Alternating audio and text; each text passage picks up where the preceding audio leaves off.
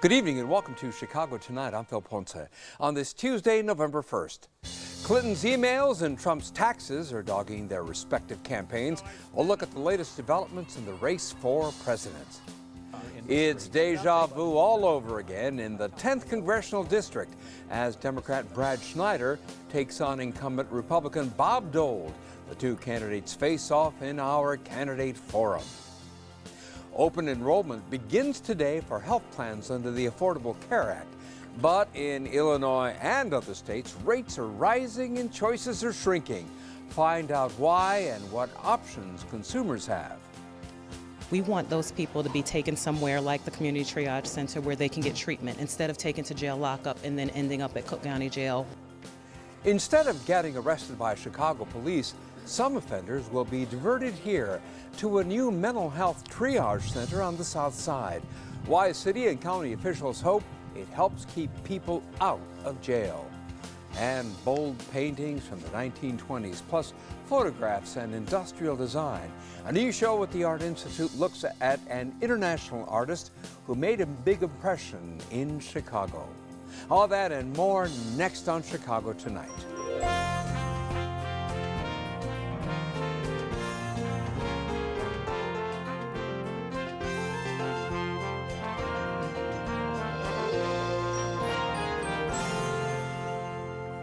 Thanks for joining us. Here's what's happening in Chicago tonight.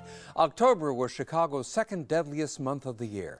That's according to data released by the Chicago Police Department.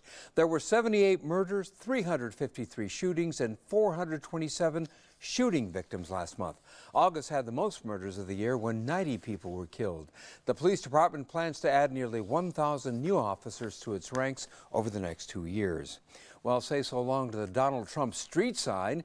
The Chicago City Council votes unanimously to remove a Trump Plaza sign located outside the Republican nominee's 98-story skyscraper. 42nd Ward Alderman Brendan Riley introduced an ordinance to remove the sign after Trump characterized Chicago as a, quote, war-torn country in the first presidential debate. Before the measure could be voted on, police said a second honorary Trump sign was stolen last month.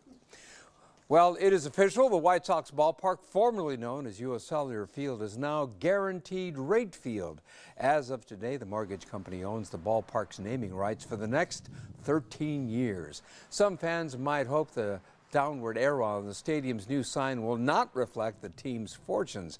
According to Guaranteed Rate CEO, the White Sox had requested a different logo, but the company decided to stick with the current one. As for the weather, cloudy tonight with a low near 57. Then tomorrow, a chance of showers and thunderstorms with a high around 67. There is just a week to go until the election, and while new details about both candidates are coming to light every day, millions of Americans have already cast their votes for president. How is early voting shaping the election, and does it have the potential to change voting patterns? Joining us now from Washington is PBS NewsHour correspondent Lisa Desjardins. Lisa, last week we talked about early voting. What is the latest report on what is happening? Right, we're seeing a lot of it. Something like over 20 million ballots have been cast so far, and that number changes daily, almost hourly, as states are reporting more quickly than they have in the past. It really depends on which state you look at to determine whether this is an advantage for Democrats or Republicans. It used to be, you probably remember, people thought more absentee ballots was better for Republicans, but it's not necessarily the case anymore. And we know Democrats are focusing on a few states in particular, like North Carolina, where the rules have changed, where there are fewer early voting places. They think that hurts their voters, especially minority voters, and they're pushing for them to get out early to make sure that they do get their votes in. It remains to be seen, but overall, Phil, I think looking at something like 10 battleground states today and early voting numbers, I think it's close to a draw between Republicans and Democrats as to who's got the advantage. Some states are one, some the other, but it's very close for both. Lisa, an ABC News tracking poll has the candidates neck and neck, while CNN has Hillary Clinton a few points ahead. Is the race in fact tightening, or do the differences come down to a matter of methodology? Right, this is almost a bigger philosophical question about how do you talk about polls at this point? How much do polls matter a week away from the election when so many millions have voted? But if you look at polls, we do see a trend, and that is away from Hillary Clinton. She still leads in most polls. She still leads in many battleground states or is tied. But Donald Trump has made up a lot of the gap. Whereas Clinton was leading by 5 to 10 points in some states, now it's 1 or 2. And it certainly looks like states like Florida, Ohio, North Carolina, and Iowa are within Trump's reach. Something else those 4 states have in common, I was just on a conference call with the Trump campaign, and they said they need those 4 states in order to win the presidency. They have to have them. They feel like they can win there, and they think that the momentum is shifting their way. Will it shift again? It feels like that's very possible. But for right now, the polls are moving away from Hillary Clinton, though she still generally is in the lead, but it's a much smaller lead than she had. Lisa, there appears to be increasing pushback against the FBI director and his decision to issue his letter to Congress about Hillary Clinton's emails. What is there any movement on that today? Anything new to report? You know, we're getting drip, drip, drip about the drip, drip, drips, I guess. FBI Director Comey, we know, did have a personal conversation with his boss, Attorney General Lynch. They met or spoke in the phone yesterday. We're not sure which. We don't have any details of that conversation, but we are getting a few more details about kind of the background to what FBI Director Comey has been thinking about in the past months. He still has some questions to answer for Congress by November 4th, is a deadline that some members of Congress have set for getting more specifics about these latest group of emails that are from Anthony Weiner's computer and said to be related somehow to Hillary Clinton's private server. So we're waiting for those answers. But in the meanwhile, we're also getting more information about Director Comey's thinking in terms of the Russian hacking investigation. We've learned there's been reporting in the past couple of days that Director Comey did not want to make public that the Russians were the prime suspect in that hacking. He was overruled. Others disagreed with him, and that was made public. But the Hillary Clinton campaign is pointing to that as what they see as a double standard, that Comey did not want to make that public because of the proximity of the election, but he did make public this look into more Clinton emails. They're questioning that. He's under pressure from all sides right now, and I don't know when we'll hear from him next, but we're getting just bits and pieces here and there about that's new. Lisa, DNC interim chairperson and CNN commentator Donna Brazile resigned her position as a CNN commentator after WikiLeaks found emails that imply she leaked some primary debate questions to the Clinton campaign. Is this another surprise for the Clinton campaign? And if so, is it a big one? I think it is a surprise for the Clinton campaign. I think it may be even bigger of a surprise for CNN. It's a very serious situation when you have a political debate and someone who is on your payroll is leaking those questions to one political team or another. And having worked at CNN, I can tell you they are very careful about who knows what with debates. So the fact that this very high-ranking official and probably well-paid contributor, these emails indicate she leaked these questions, that's a real concern for them. I do think it's a question within the DNC. It adds to this growing idea that the DNC was always trying to get Hillary Clinton elected, never gave Bernie Sanders the chance he deserved. It's interesting, we also saw just in the last few hours another email from WikiLeaks that makes it seem that the Hillary Clinton camp wanted DNC Chairman Debbie Wasserman Schultz out of her job as well. She's someone who was seen as biased toward the Clintons, but these emails now make it questionable whether the Clinton campaign saw it that way too. So more questions about the inner workings of the DNC machinery in the primary and how much it favored Hillary Clinton or no. Lisa, more details have come out about how Donald Trump was able to avoid paying millions of dollars in taxes throughout the 1990s and that he may have ignored advice from his tax lawyers. Does he seem to be in the clear legally on this? It does seem that he is in the clear at this point, but of course, it's not entirely clear exactly the minutia, but it doesn't seem that anyone can go back in time now from these 1990s tax returns. His lawyers apparently raised the flag with him, said that these were questionable practices that he was putting in place. We know that after Donald Trump used these particular tax dodges, you could call them, that they were made illegal later. They weren't specifically illegal at the time that he used them. They were questionable, is what the reporting is in the New York Times. So it looks like he doesn't have any kind of criminal or even IRS problem here, but it's just a question of the techniques he used and the way that he used the tax system. Of course, he says it's to his credit that he figured out the tax system and he was able to pay as little taxes as possible. But that's something that his opponents say is a problem. They say that he's not paying taxes like everyone else is. It's a big part of the debate over how you see Donald Trump. Lisa Desjardins, thanks again for the update. We appreciate it. And now to Eddie Aruza with the candidates for Illinois' 10th Congressional District. Eddie. Phil, there's a deja vu aspect to this particular race. Over the last 6 years, both candidates have represented the district, and each has defeated the other. And now they're running against each other for the third time. Illinois' 10th Congressional District covers parts of northern Cook County and much of Lake County, and includes the communities of Fox Lake, Waukegan, and Highland Park.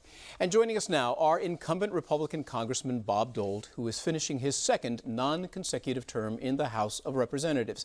He's the president of Rose Pest Solutions in Northfield and lives in Kenilworth. And Democrat Brad Schneider, who represented the district from 2013 to 2015. He has been a management consultant and currently resides in Deerfield. Now, this program is being live streamed on our website for those outside our viewing area or without a TV, and we welcome both of you back to Chicago tonight. Thank you for being here.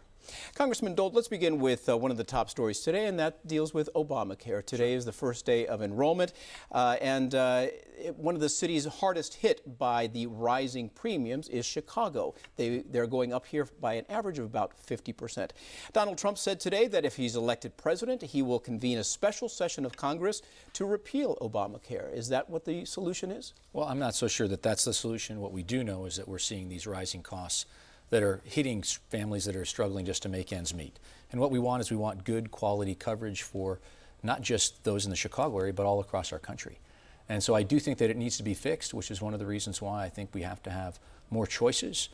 Lake County, Illinois is going to have one insurer.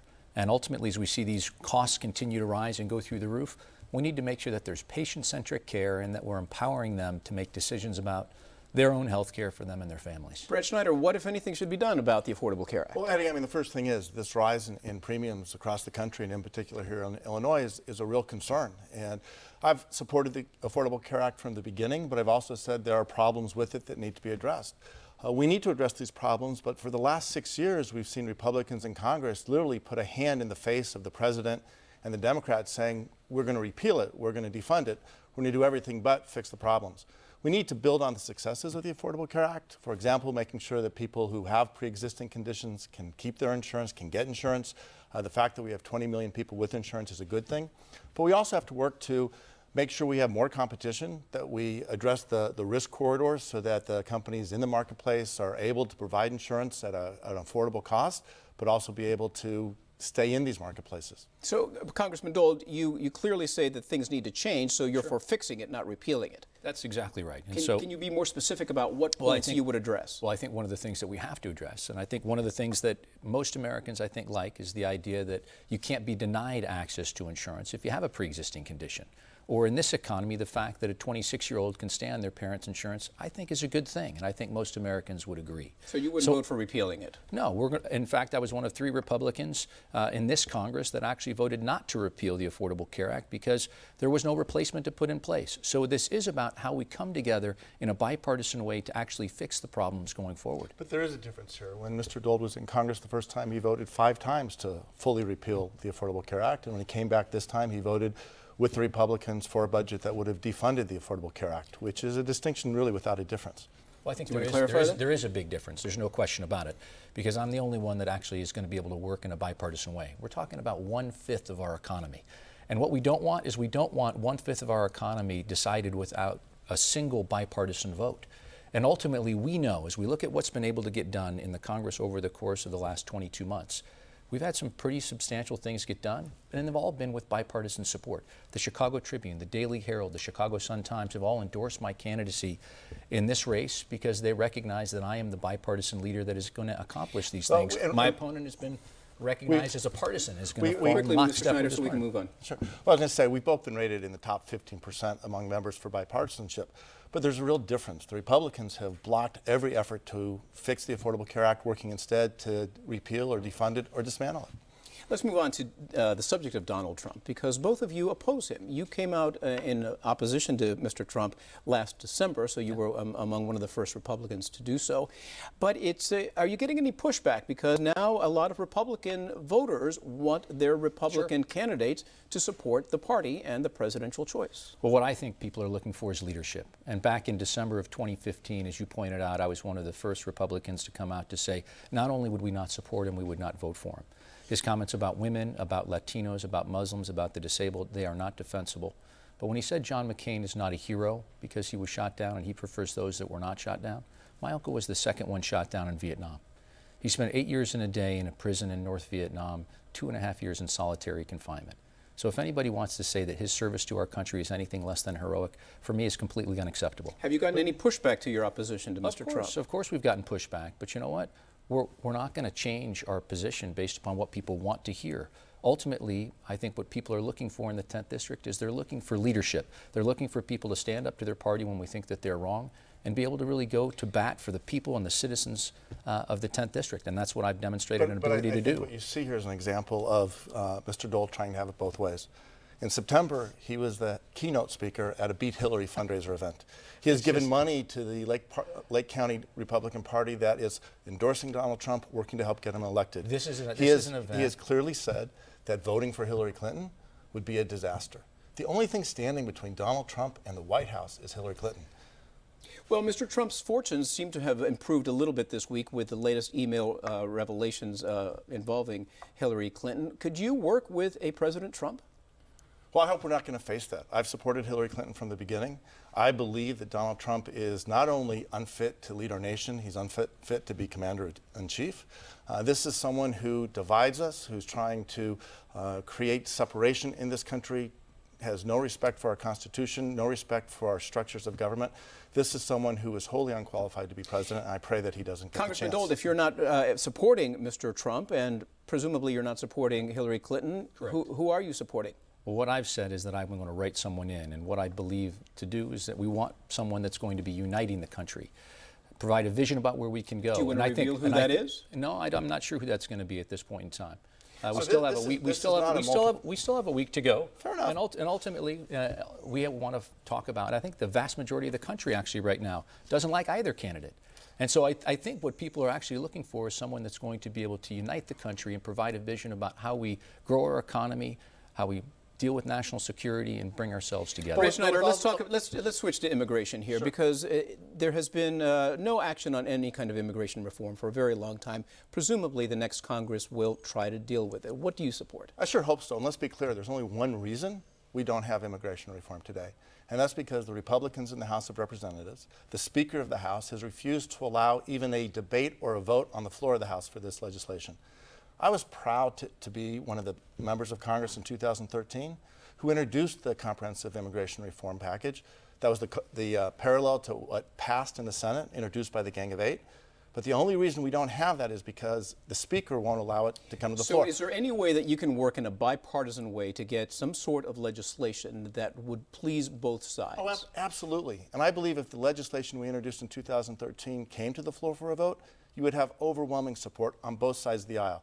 That's why I'm only will support a person for Speaker who pledges to our nation that they will bring immigration reform for a vote. We've called on Mr. Dold to do the same. He continues to refuse to do so.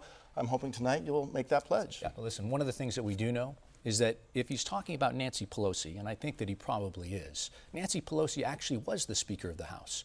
She actually had a majority in the House. They had a supermajority in the Senate. And the White House was controlled by Democrats, and guess what? It didn't get done. Bob, and what we do need is we need people that are going to step out, they're going to stick their neck out and work in a bipartisan way. I am absolutely in favor of comprehensive immigration reform.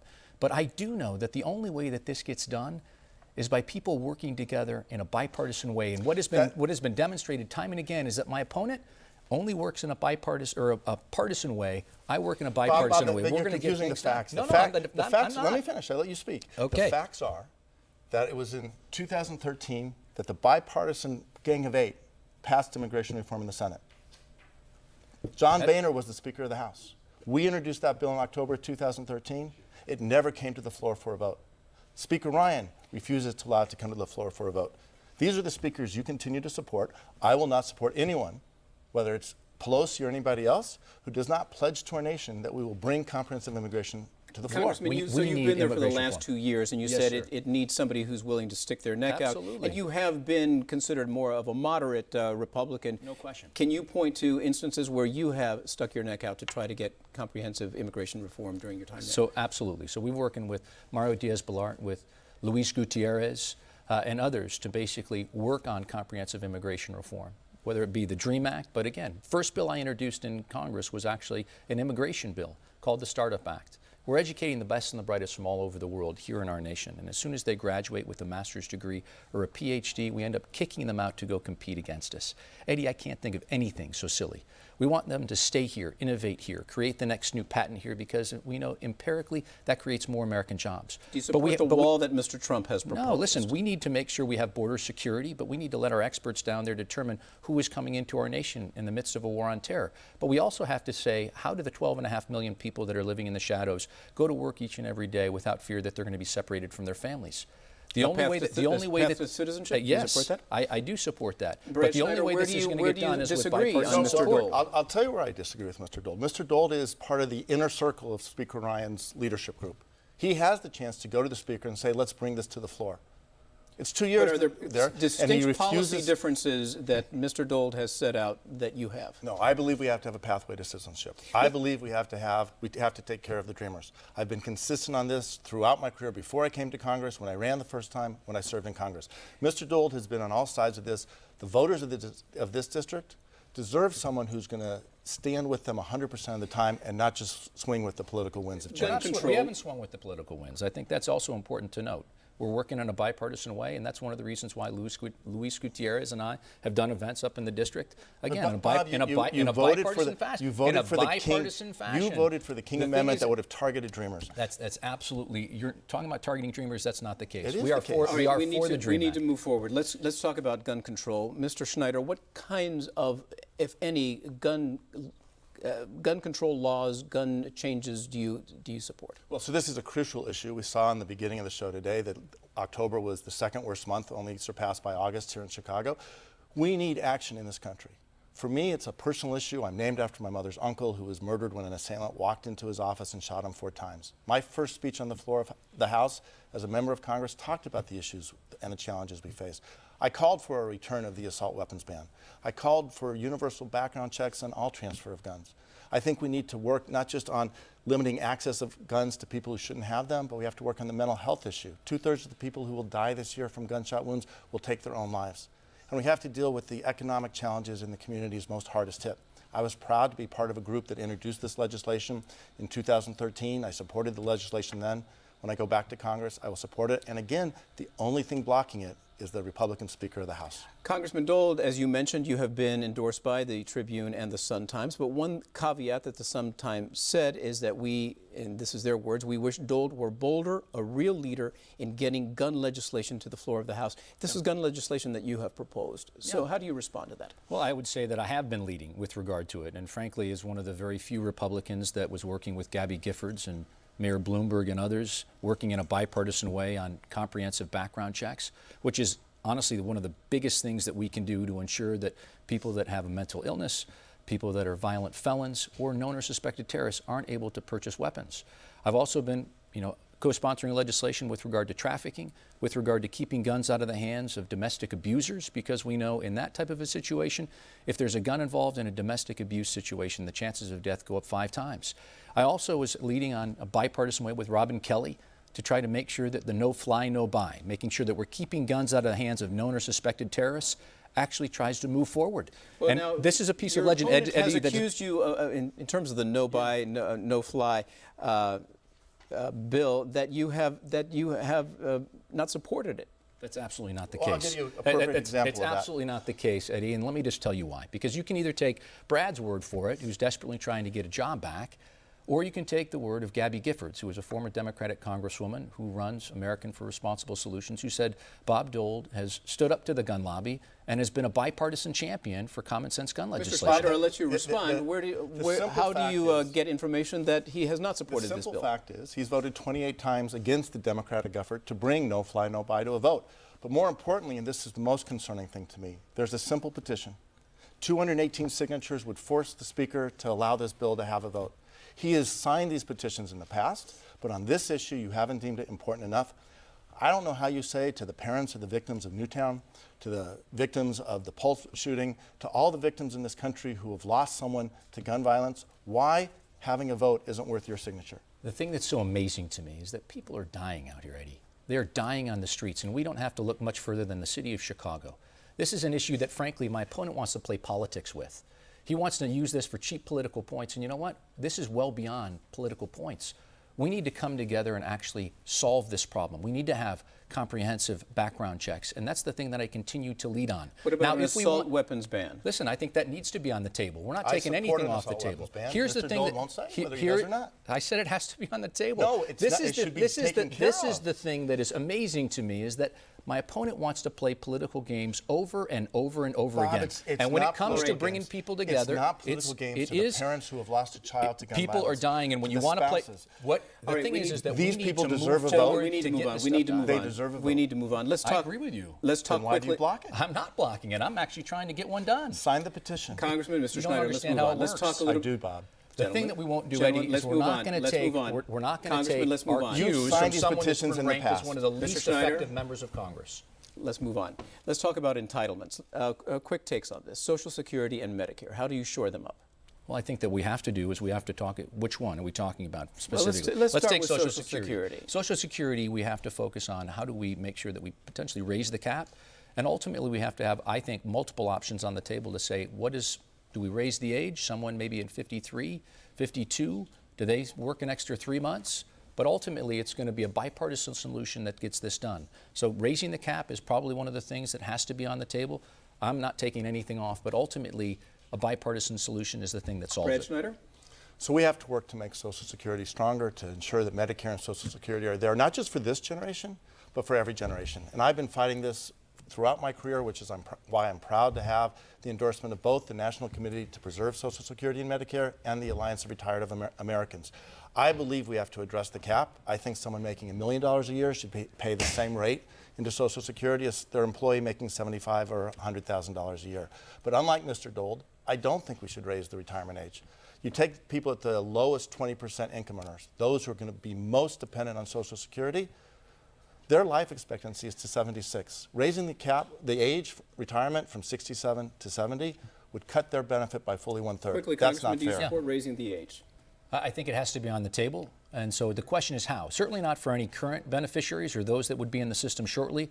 I think you're moving the goalposts on them, and so I would not do that. Let's talk a little bit about Israel, because it's a subject that is important to many of your constituents in the 10th District. Israel just recently announced that it was going to begin new Jewish settlement on the West Bank, and this comes right after they have signed a huge military aid package with the U.S. Now, the U.S. has already, the State Department said Israel broke a pledge not to start any new settlements in the wake of this new aid package. What should the U.S. Response be? Well, I think you have to understand what the details of what Israel is trying to do. They're talking about natural growth within these settlements. The only solution to the conflict between the Israelis and the Palestinians, I do believe, is a two-state solution. Two states living side by side in peace, prosperity, and security for both nations. An Israeli state, that's the Jewish homeland, with equal rights for everyone, and a Palestinian state. But that is with land swaps. I think all sides have talked about this, and there are going to be some settlements that will be included in part of those land swaps.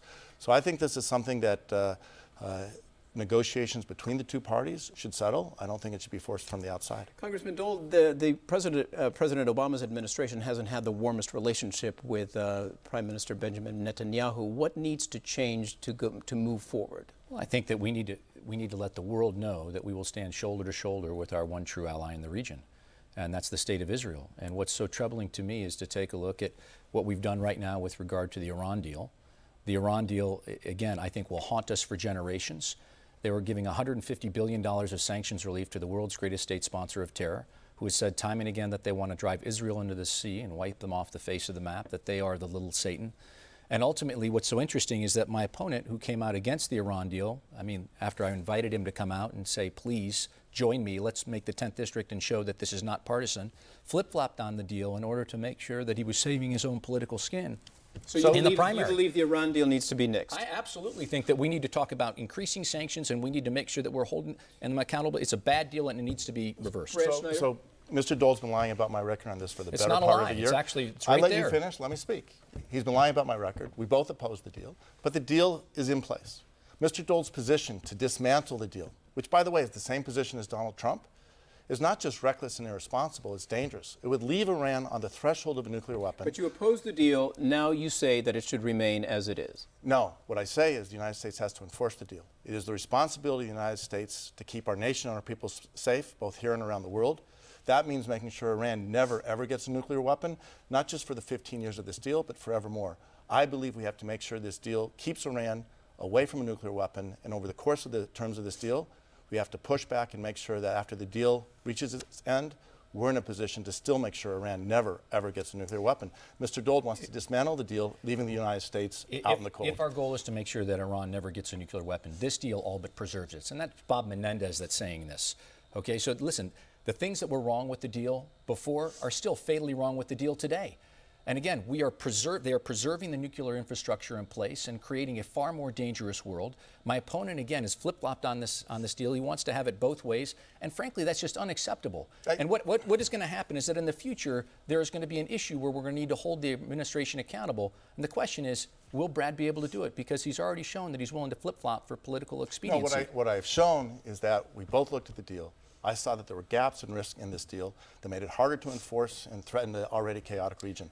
We have to close those gaps and reduce those risks, but walking away from the deal, as Mr. Dold wants to do, the rest of the world will continue to do business with Iran. Iran will be able to march forward towards a nuclear weapon, and the United States will be unable to do anything about it. Let's talk about the gridlock in Congress, because we're having a very lively debate here, and this is usually how democracy works, but you reach some sort of consensus. But there's already talk, Congressman Dold, among Republicans in the Senate, really, that if Hillary Clinton is elected, they will not consider any of her Supreme Court nominees for the next 4 years, which may or may not happen.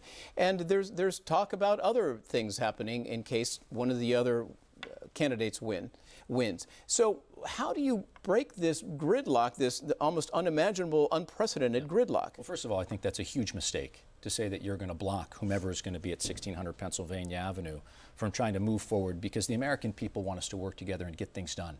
They're sitting around their kitchen tables and they're worried they're falling behind. The cost how do you of food, convince your colleagues in Washington? And part of it is about leading by example. And so it is, again, what I call the turtle principle. You have to stick your neck out if you want to move forward. And frankly, everything that we've done to date has been with bipartisan support. For the first time in 17 years, we actually figured out a way to pay doctors that take care of seniors. Wild bipartisan support. For the first time in 14 years, we have an education bill that takes power away from the federal government and empowers mom and dad and allows local school districts to innovate. For the wild bipartisan support. For the first time in a decade, we have a long-term highway bill that passed, again, with 359 votes out of the United States House of Representatives. Huge bipartisan support. But there are many other issues on which there is inactivity. Listen, there's so much more that needs to be done, and honestly, the only way we get these things done is with bipartisan support, which again is one of the reasons why the Tribune, the Sun-Times, the Daily Herald all noted me as the one that will be the bridge builder that has demonstrated an ability to work across the aisle and get those things done. Schneider, could you work with your colleagues across the aisle? Again, we have both been rated as the top 15% among members who work across the aisle. I've always said I'll work with anyone as long as they have a good idea, an open mind, and a willingness to work together to solve our problems. But let's be clear why we aren't getting anything done in Washington. And the Supreme Court nomination is a perfect example of the naked obstruction of Republicans who say we won't even give Merrick Garland a hearing. Forget the vote up or down. They won't even have the hearing to give him a chance to have the vote. And that's what we've seen on health care. That's what we've seen on immigration. We see it on gun violence legislation. We see it on climate change. So how would you move the other side to see your position or to reach common ground? Well, again, I think the way you bring any group of people together is spending more time listening and finding where there is common ground. We only have 45 seconds left, and I want just a quick take. What is the most important issue facing the 10th Congressional District that you'll be working on? It's jobs in the economy, without question. I hear it day in and day out from people. We need to talk about how we grow our economy, how we have good, high-paying jobs here for the next generations so that our children and grandchildren have more opportunities than we've had. And how would you do that very quickly? Well, I think what we have to do is we have to focus on growing our economy. We have to talk about revising our tax code to make sure that our tax code is working for everyone. We have to deal with some of the regulatory burdens that small businesses are up against. I think we all agree it's jobs in the economy, but it's an economy that's working for everyone, not just the fortunate few. Mr. Dold talks about the tax code. The Republican tax code introduced this summer, 99.6% of the benefit will go to the top 1%. Quickly, what would you do? That doesn't help people. So my focus is we have to work on expanding manufacturing. Every manufacturing job adds 3 to 5 jobs around it. That means investing in infrastructure, innovation, and training our workforce. We need to make sure all of our children graduate high school ready for college or to go into the workforce. All right, and that's where we're going to have to leave it. Congressman Bob Dold and Brad Schneider, thank you very much for being here. Thanks, Bob. It is always great to be with you. Thanks so much. And there is much more Chicago Tonight ahead, so please stay with us. Election coverage on Chicago Tonight is made possible in part by the City Club of Chicago and the League of Women Voters of Cook County.